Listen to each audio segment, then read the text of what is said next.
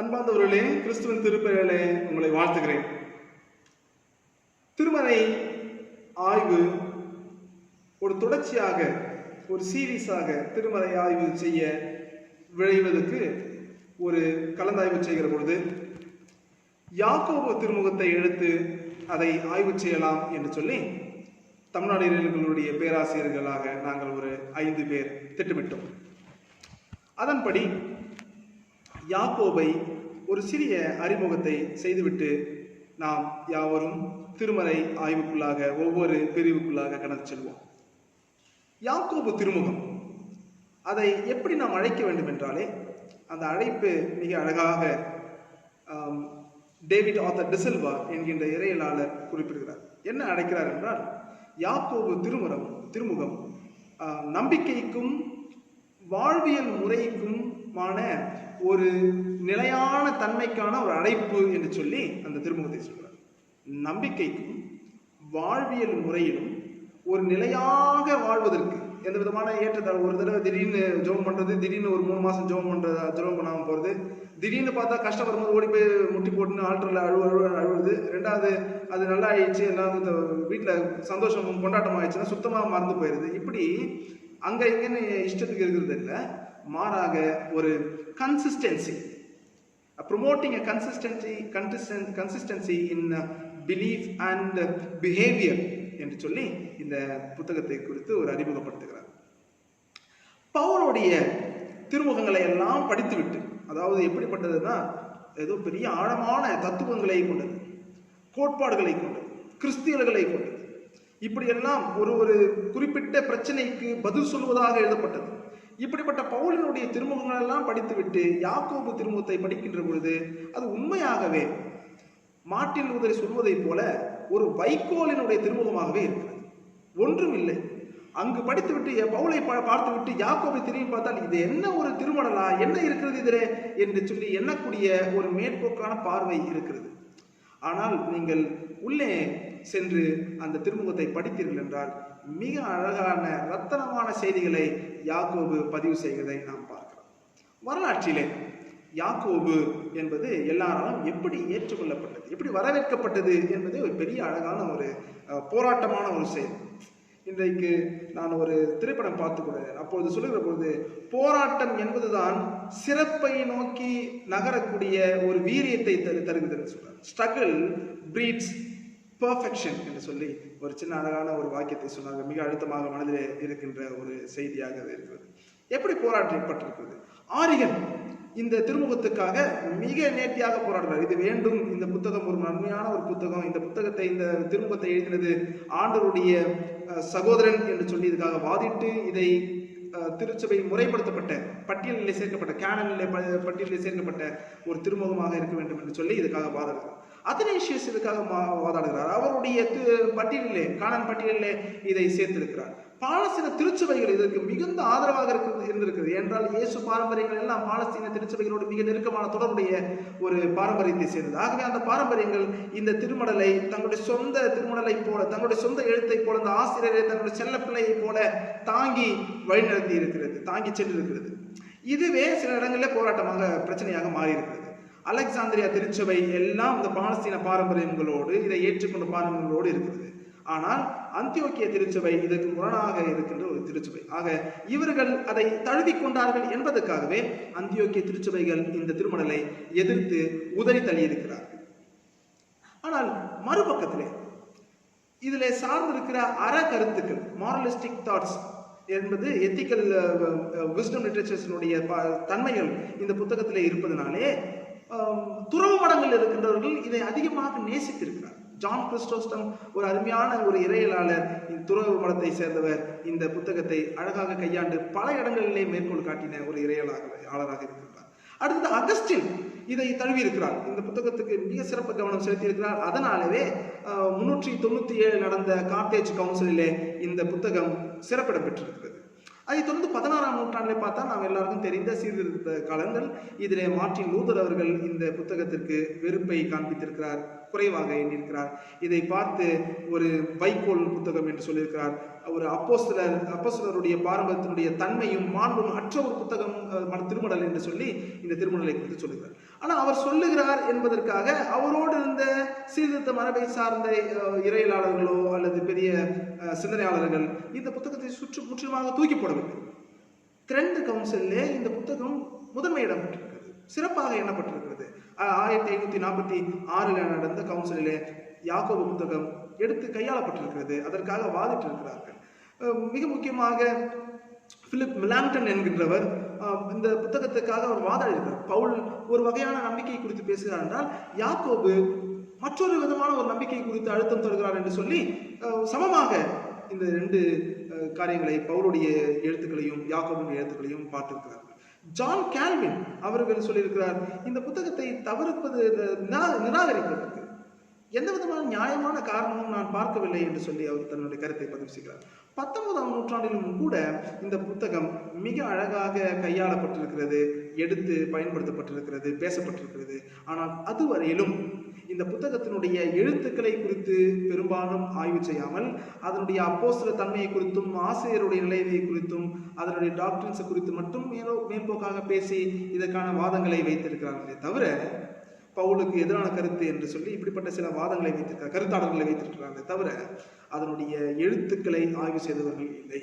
19ஆம் நூற்றாண்டிலே தான் அதனுடைய எழுத்துக்கள் ஆய்வு செய்யப்படுகிறது. மசிபியன் என்கின்றவர் தான் அதனுடைய எழுத்துக்களை ஆய்வு செய்து அந்த எழுத்துக்கள் எல்லாம் ஒரு எசினேய குடும்பத்தினுடைய எழுத்துக்கள் போல தெரிகிறதே, அந்த பாரம்பரியத்தின் எழுத்துக்களை போல தெரிகிறதே. ஆகவே இயேசு கிறிஸ்துவுக்கு முன்பதாக இந்த புத்தகம் திருமடல் எழுதப்பட்டிருக்க வேண்டும். அதனுடைய செய்திகள் எல்லாம் அவ்வாறு கொண்ட செய்திகளாக இருக்கிறது. அது யூத மரபை முன்வைக்கின்ற ஒரு புத்தகமாக இருக்கிறது. ஆகவே முதல் நூற்றாண்டிலே எழுதப்பட்டிருக்க வேண்டும் இந்த திருமுகம் என்று சொல்லி அவர் வாதாடுகிறார்.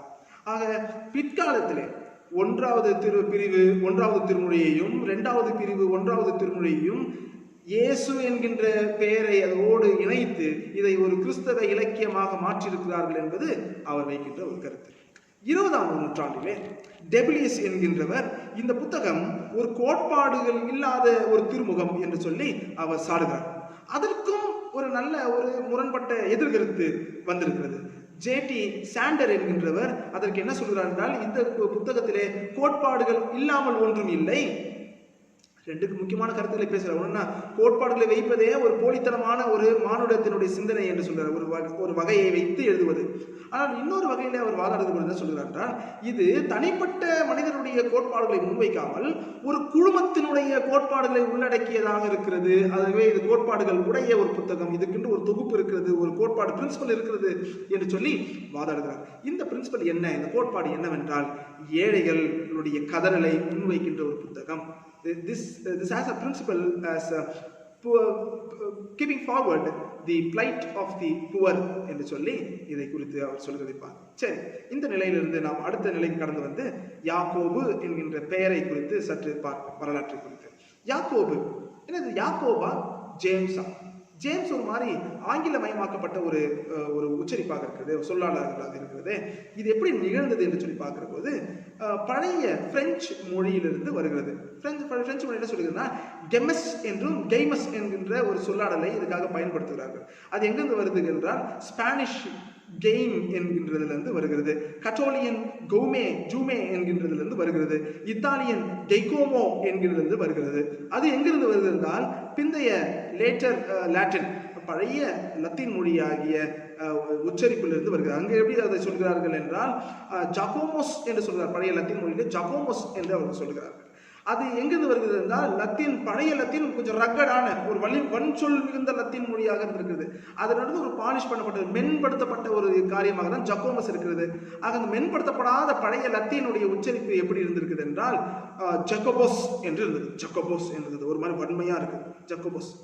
இந்த ஜக்கோபோஸ் என்பது கிரேக்க யாக்கோபோஸ் என்கின்றும் எபிரேயத்தில் யாக்கோப் என்கின்றதிலிருந்து வருகின்ற ஒரு சொல்லாடல். இப்படிதான் இந்த சொல் எபிரேய யாக்கோப் என்கின்ற சொல் அப்படியே பயணப்பட்டு லத்தீன், ஸ்பானிஷ், கட்டோலியன், அப்புறமா இட்டாலியன், பிரெஞ்சு ஆகிய மொழிகளிலே பயணப்பட்டு பெயர் மாற்றம் அடைந்திருக்கிறது. இது என்ன, இப்படி இந்த புத்தகம் புதிய ஏற்பாடிலே ஒரு முக்கியமான ஒரு பங்களிப்பை இந்த புத்தகம் செய்கிறது. சீடர்களுடைய எண்ணத்திலே ஒரு ஒருங்கிணைந்த தன்மையை, இன்டெகிரிட்டி, ஒருங்கிணைந்த தன்மையை வலியுறுத்துகின்ற ஒரு பெரிய செயலை இந்த புத்தகம், இந்த திருமடல் செய்திருக்கிறது. ஒரு முழுமை, ஹோல்னஸ், குறைவுபட்ட நிலைமை இல்லை, அங்க இங்க இல்லை, ஒரு முழுமையான ஒரு நம்பிக்கையை வெளிப்படுத்துவதை உறுதி செய்து அதை வலியுறுத்துகின்ற ஒரு காரியமாக பார்க்கிறோம். நம்மளுடைய நம்பிக்கைக்கும் நாம் எடுத்துக்கொண்ட கொள்கை பிடிப்புக்கும் நேரான ஒரு வாழ்க்கையை வாழ வேண்டும், நடக்க வேண்டும் என்பதை இது மையப்படுத்துகிறது. ஆக இதுக்கு எதிரானது என்ன? இப்படிப்பட்ட நேரான ஒரு இன்டகிரேட்டட் லைஃபை வாழ்வதற்கு எதிரான ஒரு ஒருங்கிணைந்த ஒரு வாழ்க்கையை, நம்பிக்கைக்கும் ஒப்படைப்புக்கும் ஒருங்கிணைந்த வாழ்க்கை வாழ்வதற்கு எதிர்த்தன்மை என்னவென்றால் இரு மன கோட்பாடு, டபுள் மைண்டட்னஸ், ரெண்டு நிலையிலிருந்து பண்ணுவது. அந்த நிலைமையை முற்றிலுமாக இது கண்டிக்கிறது. முதலாவது, கடவுளுடைய ஞானம் என்பது எல்லாரும் அதை பற்றி கொள்கிறார்கள். பிந்தைய காலங்களில் அந்த கடவுளுடைய ஞானத்தை உதறி தள்ளி உலகத்தினுடைய செயல்பாடுகளை கற்றுக்கொள்கிறார்கள். இதை இந்த யாக்கோபு நிருபம் மிக வன்மையாக கண்டிக்கிறதை பார்த்தோம். யாக்கோபு எதற்கான ஒரு அழைப்பை தருகிறது என்றால், அந்த அழைப்பு 1ஆம் பிரிவு 21ஆம் திருமொழியில் சொல்கிறது, உங்கள் உள் விதைக்கப்பட்டிருக்கிற சத்திய வார்த்தையானது உங்களுடைய ஆன்மாக்களை அது விடுதலை செய்யும். Implanted word that has the power to save your soul அப்படி என்பதுதான் அந்த யாக்கோபனுடைய மைய கருத்தாக இருக்கிறது. யார் எழுதினார் யாக்கோபை? அடுத்த கேள்விக்கு கடந்து போகலாம். யார் யாக்கோபை எழுதினார்?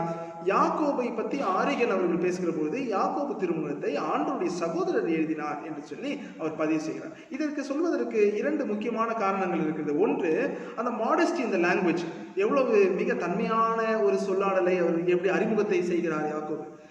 கடவுளுடைய சேவகன், அடிமை, ஆண்டவருடைய அடிமை என்று சொல்லி தன்னை தாழ்த்துகின்ற ஒரு பெரிய பண்பு நலன் மிகுந்த ஒரு சொல்லாடலை பயன்படுத்துவதன் வழியாகவும், இரண்டாவது, இந்த யாக்கோபு என்று அடையாளப்படுத்துகிற போது யாக்கோபு வேற எந்த யாக்கோபும் அதனோடு தொடர்புபடுத்தக்கூடிய நபராக இல்லாமல் போவதும் இது ஒரு காரணம்.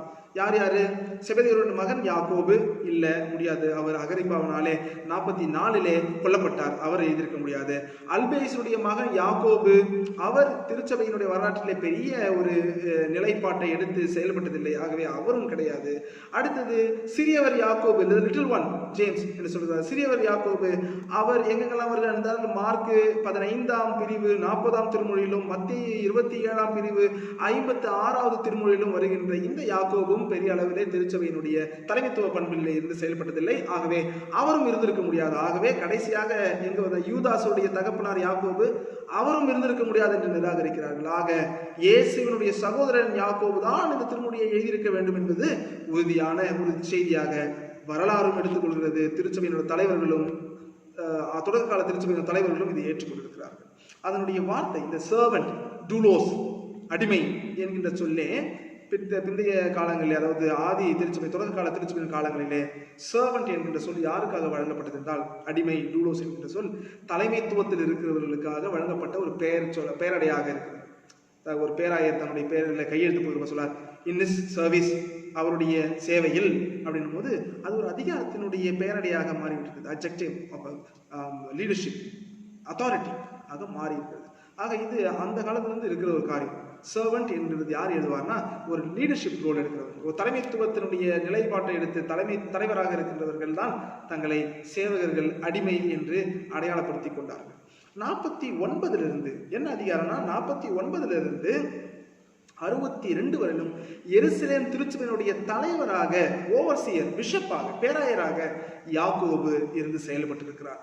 இவர் பாலஸ்தீன யூத கிறிஸ்தவர்களில் இவருடைய தலைமைத்துவத்தினுடைய செயல்பாடு மிக அழுத்தமாக இருந்திருக்கிறது என்பது வரலாற்றினுடைய பதிவு. பாலஸ்தீன திருச்சபையின் மக்கள் இயேசுவினுடைய குடும்பத்தோடு மிக நெருக்கமான உறவு கொண்டவர்களாக இருக்கிறார்.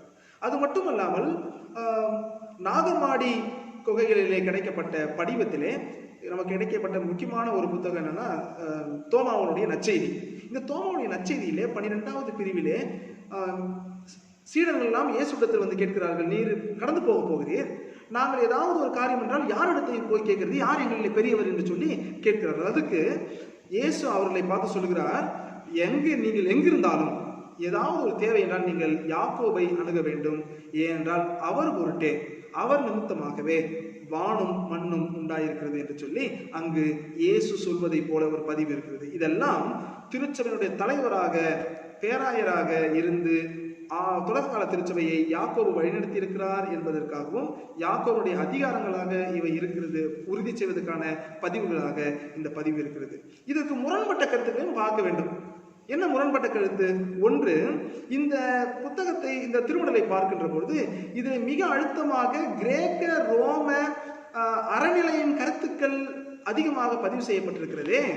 இது ஸ்தோயிக் குழுவினருடைய டியாட்ரைப் சொல்லாட்சி சொல்முறை ஒருவரோடு பேசுகின்ற ஒரு முறையிலே சில கருத்துக்களை பதிவு செய்கின்ற ஒரு இலக்கியத்தின் பேர் தான் டியாட்ரை. என்னன்னா அது ஒரு சாதாரணமான ஒரு நிறை. ரோம இலக்கியத்திலே மெய்யியல் கருத்தாளர்கள் ஒருவர் கற்பனை கதாபாத்திரமாக கதை மாந்தராக நினைத்து கொண்டு அவரோடு பேசுகின்றதாக முக்கியமான கேள்விகளை அவர் வழியாக எழுப்பி அதற்கு பதில் சொல்வதாகவும் நிறுவப்பட்ட சில தவறான கருத்துக்களை இந்த உரையாடல் வழியாக தகர்த்து எறிவதற்காக இந்த வகையான ஒரு உரையாடலை பயன்படுத்தியிருக்கிறார். இந்த உரையாடலுடைய இலக்கிய பெயர் என்னன்னா, டெக்னிக்கல் டேர்ம் என்னன்னா டியாட்ரைப் என்பது. ஆக இதையெல்லாம் பயன்படுத்தி இருக்கிறாரே, இவர் அவராக இருப்பதற்கு வாய்ப்பு இல்லையே, கலிலேயருக்கு இவ்வளவு பெரிய காரியம் தெரிந்திருக்குமா என்று சொல்லி பேசுகிறதை பார்க்கிறோம். அடுத்த கேள்வியாக முரண்படுகிற அடுத்த கேள்வியாக, யாக்கோபுக்கு இவ்வளவு தெளிவான கிரேக்கம் தெரிந்திருக்க வாய்ப்பு இருக்கிறதா? கிரேக்கம் மிக செம்மையான ஒரு புலமை வாய்ந்த பாண்டித்துவம் வாய்ந்த கிரேக்கத்தை யாக்கோபு பயன்படுத்துகிறாரே, ஒரு கலிலேயருக்கு இப்படிப்பட்ட பாண்டித்துவம் கிரேக்கத்தில் இருக்க வாய்ப்பு இருக்கிறதா? ஒரு இரண்டாம் மொழியாகிய கிரேக்கத்திலே இருப்பதற்கு வாய்ப்பு இருக்கிறதா என்று சொல்லி அடுத்த கேள்வியை கேட்கிறார்கள். ஏன்? ஆமாம், உண்மைதான். கிரேக்கம் மிக செம்மையான ஒரு கிரேக்கம் தான், பாண்டித்துவமான கவின் மிகுந்த ஒரு கிரேக்கத்தை தான் யாக்கோபு பயன்படுத்துகிறார். ஆனால் கேள்வி என்னவென்றால், இப்படிப்பட்ட கிரேக்கம் யாக்கோபுக்கு தெரிந்திருக்க வாய்ப்பில்லையா என்பதுதான் நம்முடைய கேள்வி. இவர் ஏதோ சாதாரணமாக நாம் எண்ணுகிற பொழுது எப்படி பார்க்க வேண்டும்? 32க்கு முன்பதாக வாழ்ந்து கலிலேயாவிலே வாழ்ந்து கொண்டது ஒரு பாமரன் யாக்கோபாக நாம் பார்க்கக்கூடாது. கிட்டத்தட்ட 30 ஆண்டுகள் எருசலேமிலே தலைமைத்துவத்திலே இருந்த யாக்கோபை குறித்து நாம் சிந்திக்க வேண்டும். எருசலேமிலே ஒரு காஸ்மோபாலிட்டன் சிட்டியிலே மையத்திலே ஒரு தலைமைத்துவ பொறுப்பில் இருந்து அநேக கலாச்சாரத்தின் பின்னணியத்திலிருந்து வருகின்ற மக்களோடு உரையாடக்கூடிய ஒரு முக்கியமான பொறுப்பில் இருக்கின்ற யாக்கோபுக்கு கிரேக்கம் தெரிந்திருப்பது என்பது ஒரு பெரிய ஒரு புதிரான அல்லது வியக்கக்கூடிய ஒரு காரியம் கிடையாது. ஏனென்றால் சிதறடிக்கப்பட்ட யூதர்கள் அனைவரும் கிரேக்கம் சூழ்ந்த நகர்களிலே கிரேக்க பண்பாட்டில் வாழ்ந்த மக்கள்கள் அவர்கள் எல்லாம் எருசலேமுக்கு வருகிற பொழுது அவர்களுக்கு நற்செய்தி அறிவிக்கவும் அவர்களுக்கு ஆண்டவருடைய செய்தியை இயேசு கிறிஸ்துனுடைய செய்தியை அறிவிக்க கிரேக்கம் பயன்பட்டது. அவர்கள் கிரேக்கத்திலே புலமை வாய்ந்தவர்களாக இருந்திருக்க கூடும் என்பது ஒரு பெரிய ஏற்றுக்கொள்ள முடியாத ஒரு கருத்து அல்ல. ஆக யாக்கோபுக்கு கிரேக்கமும் ஸ்தோயிக் எல்லாரும் ஸ்தோயிக்கும் பெரிய மெய்யியல் கருத்தாளர்களும் எருசலேமிலே குடியிருந்தார்கள், கலிலேயாவிலே குடியிருந்தார்கள் என்பதற்கான வரலாற்று பதிவுகள் இருக்கிறது. ஆக அவர்களிடத்திலிருந்து இந்த பாண்டித்துவத்தையும் மெய்யியல் கருத்துக்களுடைய புலமையையும் பெற்றுக்கொண்டு இருந்திருக்க கூடாது என்பதற்கான ஒரு நியாயமான கருத்து இல்லை. ஆக யாக்கோபு கிரேக்கத்திலே சிறப்பாய் இருந்திருக்கிறதுக்கு அதிகமான வாய்ப்பு இருக்கிறது என்பதை மிக அழகான ஒரு நெடிய ஆய்வின் வழியாக ஜேஎன் செவன்ஸ்டர் என்கின்ற இறையலாளர் பதிவு செய்திருக்கிறார். தொடர்ந்து ரிச்சர்ட் பவுக்கம் அவர்களும் எருசலேம் திருச்சபை நற்செய்தி பணியிலே காண்பித்த ஈடுபாட்டை குறித்தும் எப்படி பிற சிதறடிக்கப்பட்ட யூதர்களுடைய பகுதிக்கு எருசலேம் திருச்சபை நற்செய்திமார்களை அனுப்பி அங்கு ஆண்டவருடைய சுவிசேஷத்தை நற்செய்தியை சொல்லினது என்பதை குறித்தும் அதிகமான வரலாற்று சுவடுகளை எடுத்து பயன்படுத்துகிறார். யூதர்கள் வருடம் ஒரு முறை புனித பயணமாக எருசலேமுக்கு வந்தார்கள் என்பதையும் இங்கு ஆலய வரி செலுத்தினார்கள், எருசலேம் கோயிலுடைய வரியை செலுத்தினார்கள் என்பதற்கும் போதுமான ஆதாரங்கள் இருக்கிறது. ஆக இவை அனைத்தும் ஒரு தலைவர் கிரேக்கத்தில் புறமை இருக்கக்கூடும் என்பதற்கான ஒரு பெரிய போதுமான சான்றுகளாக நமக்கு இருக்கிறது. அடுத்தது, ஒரு கலிலேயன் எபிரேய திருமறையிலிருந்து மேற்கோள்களை காட்டுவதை தவிர்த்துவிட்டு ஏன் செப்துவஜிந்திலிருந்து மேற்கோள்களை காட்டுகிறார் என்பது அடுத்த ஒரு கேள்வி. ஆகவே இவர் அந்த யாக்கோபாக இருக்க முடியாதுன்னு சொல்லி இதை வைத்து தள்ளுகிறவர்களுக்கான ஒரு வாதமும் இருக்கிறது, கருத்தாடலும் இருக்கிறது. இதற்கு என்ன பதில் சொல்கிறார் என்றால், இவர் செப்துவஜிந்திலே அதிகமான மேற்கோள்களை காட்டியிருக்கிறார். ஞான இலக்கியம் ப்ராவர்ப்ஸ்லே மூன்றாவது பிரிவு 34வது திருமொழியிலே இருக்கின்ற மேற்கோளை யாக்கோபு 4வது பிரிவு 6வது திருமொழியிலே பார்க்கிறோம். அது செப்துவஜிந்திலிருந்து கையாளப்பட்ட ஒரு மேற்கோள் தான். ஆனால் அதை காட்டிலும் மிக அழகாக ஏசாயா 5ஆம் பிரிவு 9ஆம் திருமொழியை யாக்கோபு 5ஆம் பிரிவிலே 4வது திருமொழியிலே மேற்கோள் காட்டியிருக்கிறார். இது மிக நயம்பட்ட எபிரேயத்தினுடைய புதிய மொழிபெயர்ப்பு. அவரே எடுத்து மொழிபெயர்த்து கிரேக்கத்தில் இருக்கிறார். எபிரேயத்திலிருந்து மொழிபெயர்த்து கிரேக்கத்துக்கு. இது மாதிரி பல காரியங்களை அவர் சொல்லுகிறார். எபிரேயத்தினுடைய கோபத்துக்கு பொறுத்திருங்கள், கோபப்படுவதிலே நிதானமாயிருங்கள் என்பதற்கான அந்த இடியம் இருக்குது பார்த்தீங்களா, பழமொழி. அதையும் எபிரேயத்திலிருந்து அவரே கிரேக்கத்துக்கு மொழிபெயர்த்து தந்திருக்கிறார். இது போல நிறைய காரியங்கள் ப்ராவர்ப்ஸிலே, நீதிமொழிகளிலே 10வது திருமொழி 12வது வாக்கியத்தை பார்க்கிறப்ப, 10வது பிரிவு 12வது வாக்கியத்தை பார்க்கும்போது அந்த திருமொழியையும் யாக்கோபு 5வது பிரிவிலே 20வது திருமொழியிலே சொந்த மொழிநடையிலே மொழிபெயர்த்து எபிரேயத்திலிருந்து கிரேக்கத்துக்கு தந்திருக்கிறார். அப்படி எந்த அளவுக்கு அந்த குற்றச்சாட்டில் இருக்கிறதோ அதுக்கு நிகராக எபிரேய திருமறையிலிருந்து யாக்கோபு மேற்கோள்களை காட்டிவிடுகிற பதிவு அவருடைய எழுத்துக்களிலே இருக்கிறது. ஆகவே இதையும் அவர் தள்ளிவிடுகிறார்கள். அடுத்த கேள்வி என்னன்னா, சூடானமட்டி யாக்கோபுடைய பெயரை வைத்து வேறு எவரோ ஒருத்தர் எழுதினார் என்று சொல்லி அந்த ஆசிரியருடைய உண்மைத்தன்மையை அவர் நிராகரிக்கிறார். இதற்கான பதில் என்ன அப்படின்னா, தன்னுடைய பதவியை அவரை அறிக்கை செய்கின்றார். செல்ஃப் டெசிக்னேஷன், அவருடைய லெட்டர்ல அவர் பெயரையே பதிவாக செய்கின்றார். அவர் யாருடைய எழுத்துக்களையும் மேற்கோள் காட்டவில்லை. இதுவே முதல்ல என்ன விஷயம்னா, தனக்கு அறிந்த நேரடியாக இயேசு பாரம்பரியத்தில் தனக்கு தெரிந்த செய்தியை பதிவு செய்கின்ற ஒரு ஆசிரியர் உண்மையான நம்பத்தகுந்த ஆசிரியராக இருப்பார் என்பதற்கான ஒரு பெரிய அழகான ஒரு நிறைவு. அவருக்கு இயேசு பாரம்பரியத்தோடு மிக நெருக்கமான உறவு இருந்திருக்குது. அதையும் நம்மளுடைய திருமொழியில பார்க்கலாம். ஞான இலக்கியங்களுடைய வெளிப்பாடுகள் இயேசு பாரம்பரியத்தோடு தொடர்புடைய காரியங்கள்.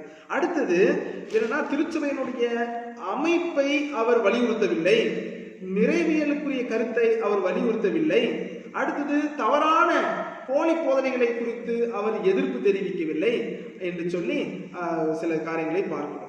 இதெல்லாம் அவருடைய எழுத்துக்களை நிராகரிப்பதற்கு அப்படின்னு பார்க்கணும். இதெல்லாம் என்னன்னா, இன்னொரு வகையில இதெல்லாம் திருச்சபையினுடைய வளர்ச்சிக்கு பிற்பாடு வந்த காரியங்கள்.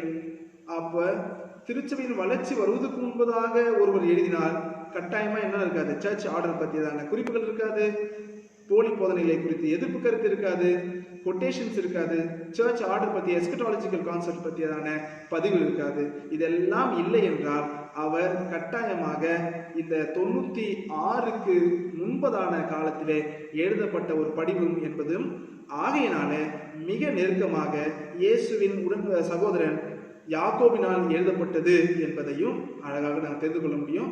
ஏனால் பல திருமறைக்கு அப்பாற்பட்ட புத்தகங்கள், கிளெமெண்ட் உடைய புத்தகத்திலும் சரி, அடுத்தது ஷெப்பர்ட் ஆஃப் ஹெர்மாஸிலும் சரி, இந்த திருமுகத்தினுடைய வாக்கியங்களை மேற்கோள் காட்டி பயன்படுத்தியிருக்கிறார்கள். இதெல்லாம் யாக்கோபு இதனுடைய ஆசிரியர் என்பதை நமக்கு உறுதிப்படுத்துகிறது. அடுத்தது, யார் யாக்கோபினுடைய வாசகர்கள்?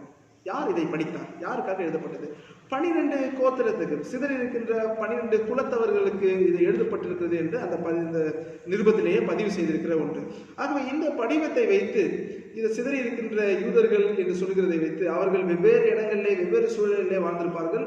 ஆகவே நம்மால் என்ன செய்ய முடியாது என்றால், பவுல் எப்படி ஒரு குறிப்பிட்ட குழுமத்திற்கு, தன்மையுடையவர்களுக்கு, கொருந்து கலாத்து என்று சொல்லுகின்ற குறிப்பிட்ட ஒரு நகரத்துக்கு, அந்த பண்பாட்டில் இருக்கிற மக்களுக்கு இதை எழுதினாரோ, அதை போல நம்மாலே எப்படிப்பட்டவர்கள் என்பதை நம்மாலே கண்டுபிடிக்க இயலாது. ஏனென்றால் இது பல இடத்திலே சிதறி இருக்கிற மக்கள், ஒவ்வொரு இடத்தில் இருக்கிறவர்களுக்கும் ஒவ்வொரு வகையான பாரம்பரியமும் பண்பாடுகளும் சிக்கல்களும் இருக்கும். ஆக இதெல்லாம் அவர் ஒருங்கிணைந்து எழுதியிருக்கிறதுனாலே நாம் குறிப்பிட்டு அவருடைய தன்மையை, அவர்களை பற்றி யாருக்காக எழுதப்பட்டதோ அவர்களை பற்றி நம்மால் வரையறுக்க முடியாது.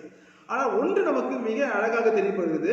ஒரு கிறிஸ்தவ தலைவராக 30 ஆண்டுகள் இருந்தவருக்கு அவருக்கு இருந்த ஒரு பரந்துபட்ட பட்டறிவு திருச்சபைகளை குறித்து, அங்க இருக்கிற கிறிஸ்தவ மக்களை குறித்து, அங்க இருக்கிற குடும்பங்களை வைத்து அவருக்கு இருக்கிற பரந்துபட்ட முன்னறிவின் வழியாக இந்த இலக்கியத்தை எழுதியிருக்கிறார். அவருடைய தேவைகள் என்ன, அங்க இருக்கிற சிக்கல்கள் என்ன என்பதை ஒரு ஜெனரல், ஒரு பொது காரியமாக எடுத்து வரவழைத்து அவற்றுக்கு அவர் பதில் சொல்லியிருக்கிறார். அப்படி பதில் சொல்லப்பட்டது தான் என்னன்னா, அவர்கள் உங்களுடைய குடும்பத்திலே போதிக்கிறவர்கள் இருக்கிறார்கள், ஆசிரியர்கள் இருக்கிறார்கள், மூத்தவர்கள் இருக்கிறார்கள், அவர்கள் மூத்த கிறிஸ்தவர்கள் இருக்கிறார்கள், அப்புறமா செல்வந்தர்கள், கிறிஸ்தவர் அல்லாத செல்வந்தர்கள் இருக்கிறார்கள் என்று சொல்லி எல்லாம் அவர்கள் மிக நேர்த்தியாக ஒவ்வொரு குடும்பத்தை பற்றி, ஒவ்வொரு சிதறி இருக்கிற யூத குலங்களை பற்றி அறிந்து இருக்கிறார் என்பதை இந்த வாக்கியங்கள் நமக்கு தெளிவுபடுத்துகிறது.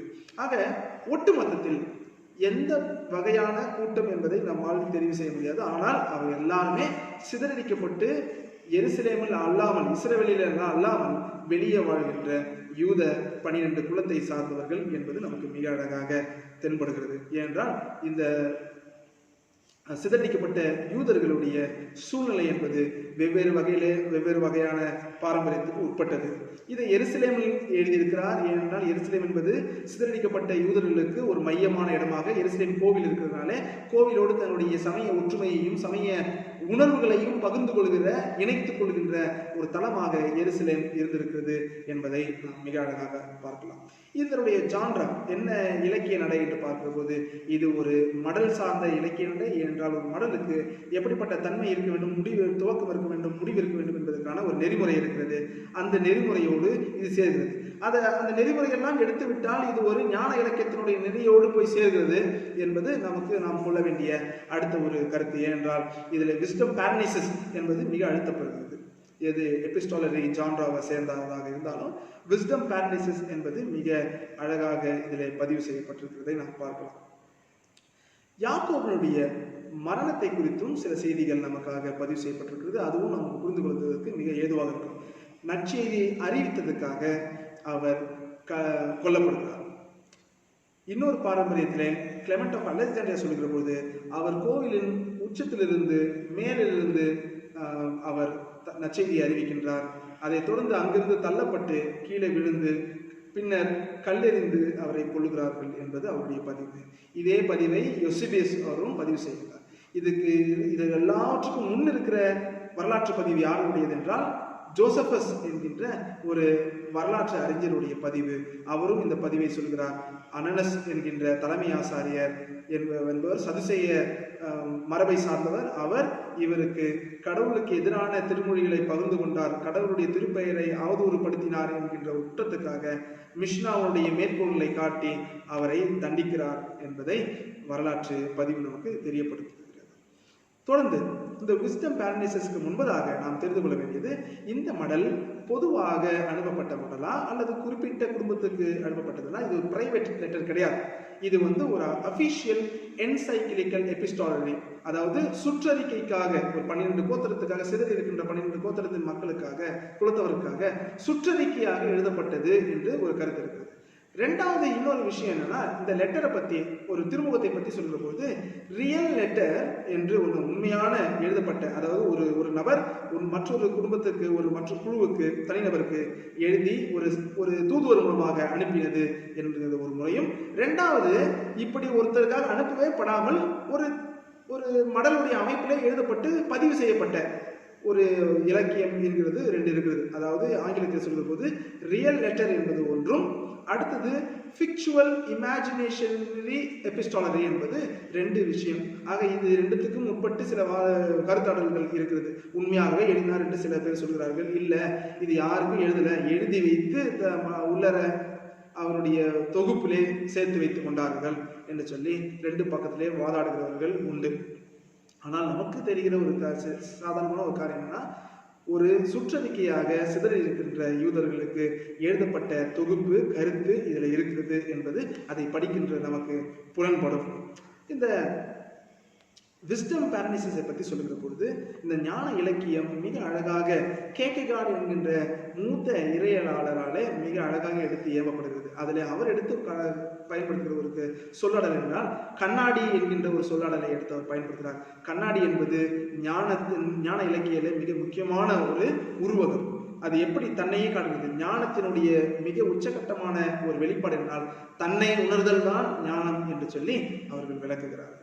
ஆக நான் எப்படி இருக்கிறேன், நான் என்னவாக இருக்கிறேன், என்னுடைய நம்பிக்கை என்னவாக இருக்கிறது, என்னுடைய வாழ்வு நிலை எப்படி இருக்கிறது, என்னுடைய ஒப்படைப்பு என்னவாக இருக்கிறது, இது எல்லாவற்றிற்கும் ஒரு தொடர்பு இருக்கிறதா, இல்லை அங்கங்கே நான் செதறி போய் ஒரு நேர்கோட்டில் இல்லாமல் விலகி போய் பிளவுபட்ட ஒரு மனிதனாக நான் இருக்கிறேனா என்பதை சீர்தூக்கி பார்ப்பதற்காக எழுதப்பட்ட ஒரு அருமையான ஒரு ஞான இலக்கியம் இந்த திருமடல் என்று சொல்லி இதை குறித்து அநேக இறையியலாளர்கள் தன்னுடைய கருத்துக்களை தெரியப்படுத்தி இருக்கிறார்கள். ஆக யாக்கோபு திருமுகம் நாம் திருச்சபையிலே, அதுவும் இக்காலகட்டங்களிலே வாழ்கின்ற திருச்சபை முக்கியமாக மிக அவசியமாக எடுத்து ஆய்வு செய்ய வேண்டிய ஒரு திருமடல்.